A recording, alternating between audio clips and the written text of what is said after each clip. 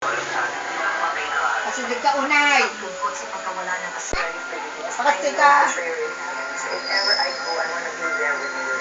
At nagsakit sa damdamin ng isang ama. We were not prepared for what happened. Nahawakan ko na yung anak ko patay. We just have to accept things that happen to you. Mga pinhati at pangungulila sa Showbiz Inside Report.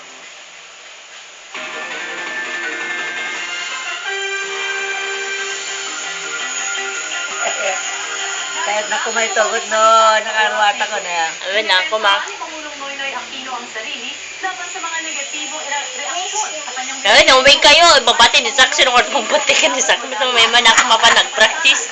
kundi doon sa mga taong gumagamit ng wheelchair na Nagtitugot niya ni Sak. Ooh! Kahit nagbiyahe na ito. Ay, kahit na ah. Na sinabi niya sa Filipino community. Ginado kami, patagalaga. Maganda yan. Ano, bagbaka? Uy, Smile. Smile, smile. Ay, gwapang pagwapo ah. Smile, pakitang tagipin mo.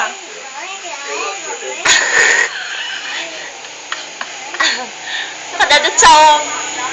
Lala ka na. Kunana, sika, kunikortalan na, kunana siguro. Magalaw papalayo si Ovel, makanluran ilagang kanluran sa bilis na 22 kilometers per hour.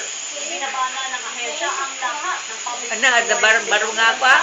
Awan, lagawi din. advisory sa Metro Manila. Pero pinagbabawalan pa rin magsayaw ang mga maliliit na Hindi pa nabilang baka nabasang tuloy ito i-Eric Min. sa seaboard ng Northern at Central Zone dahil sa paglaki ng alon dulot ng kanilang Car, kano. Ah, car. Magnitude 5 na lindro ng Ne. Eastern Samar kaninang alas 7 ng umaga.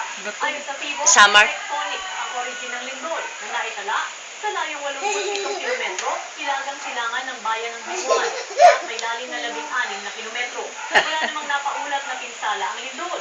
Pero pinatuloy pa rin maging alerto ang mga residente. Hello. Dahil La, kano. ang FIBO. Ah, Manatili ka katutong sa ABS-CBN para sa iba pang nagbabagang balita. Ako po si Jane Casayana. Magandang umaga. Kadadot sa sawa na. Baka tiyan muna siguro kit nag-istorya tayo kitil-tiladat sa sawain tayo. ano, ay,